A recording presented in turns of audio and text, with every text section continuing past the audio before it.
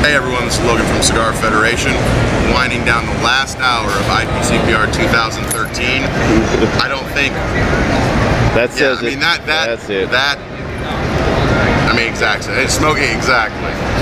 Dude, exactly. So we're with Fred at Nomad Cigars. Fred, how's it shaking, brother? And we have Nate doing kissing because he's delirious. Share the love, baby. And he shares the love. That's not even gonna stay in Vegas. That was so mushy. That's on video forever. Dude, how was the show other than that kiss?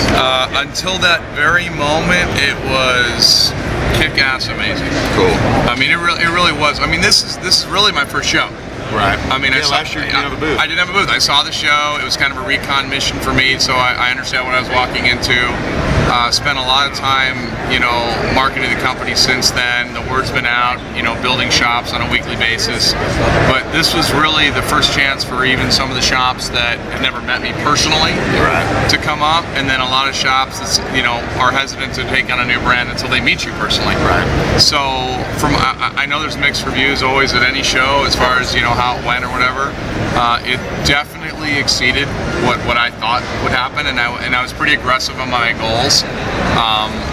Just because I kind of thought, well, I've been around for a year, I've been building the brand, so it wasn't like coming in completely cold. True. So I kind of put some what I thought were realistic but aggressive goals, and it definitely blew that away. So I'm absolutely floored and appreciative. The number of people that came up that were referred by smokers that are going out of a radius to buy my sticks, and the guy coming and saying, you know what, I got to smoke them. A lot of people coming up and buying them. I really like the guys that come up that have really good palates, and they either take time to sit down and smoke them, or I give them a couple sticks, they go away, they come back. I just had one now, he came back, and he's like, man, I love it. All right, tell me what you did. Right. When you got their attention that way, when everybody's got different sticks for them, that was cool. That goes a long way. Yeah. So, in the original Nomad line, this, just saw this in person for the first time.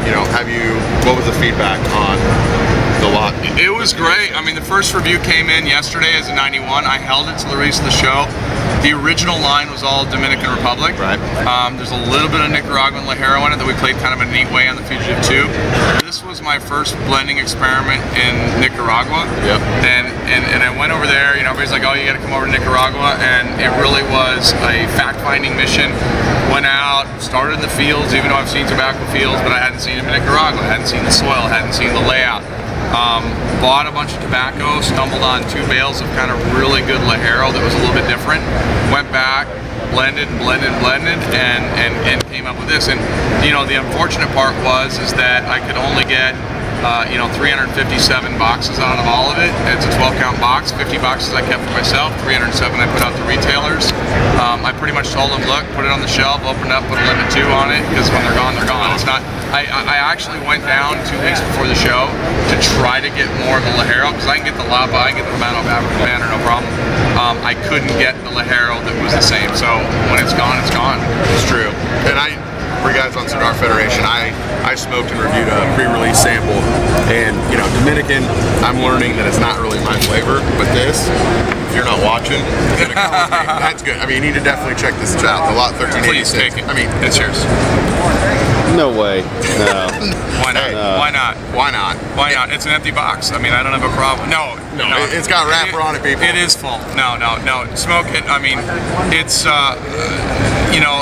I think I said before on the, I'd like to come up with some BS, like, oh yeah, I got it going on. You know what? I got to hold some really good tobacco. I'm learning. I rely on the people that know more than me to help me with the guidance. I try to interject what I want or what I'm trying to accomplish.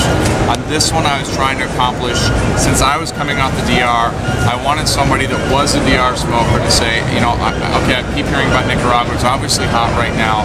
A lot of cigar makers there.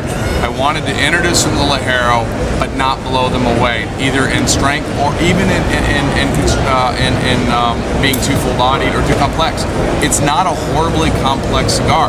I'm playing with some Ligero that I really love, a full leaf, and I'm playing with some Lapa and wrapped in Habano wrapper. So it's it'll probably be the basis if I was to go back revisit this blend a year from now, it'll be my starting point for sure. I think I'll peel off some palapa and play around with a few other things, and maybe do a double binder or something like that. But for a straight stick right now, it's just got this nice, smooth kind of profile that you're like, sweet. It's, yeah, I mean, yeah. Thank you. It's thank good. You. I mean, I really enjoyed it.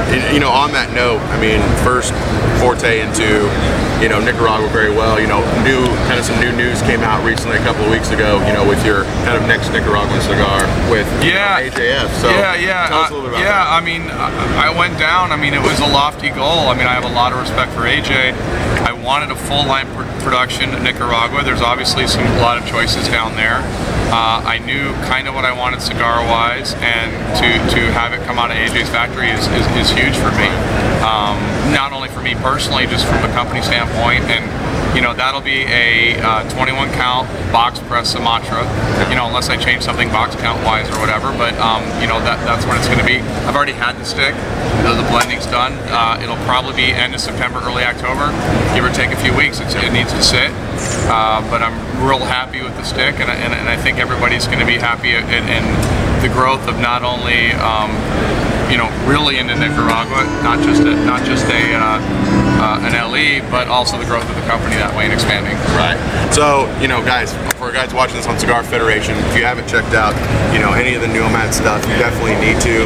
And Fred just really impressed where you came, you know, coming on Cigar Chat when it was actually a chat, you know, a little over a year. Yeah, a little overwhelming. I can't type that fast.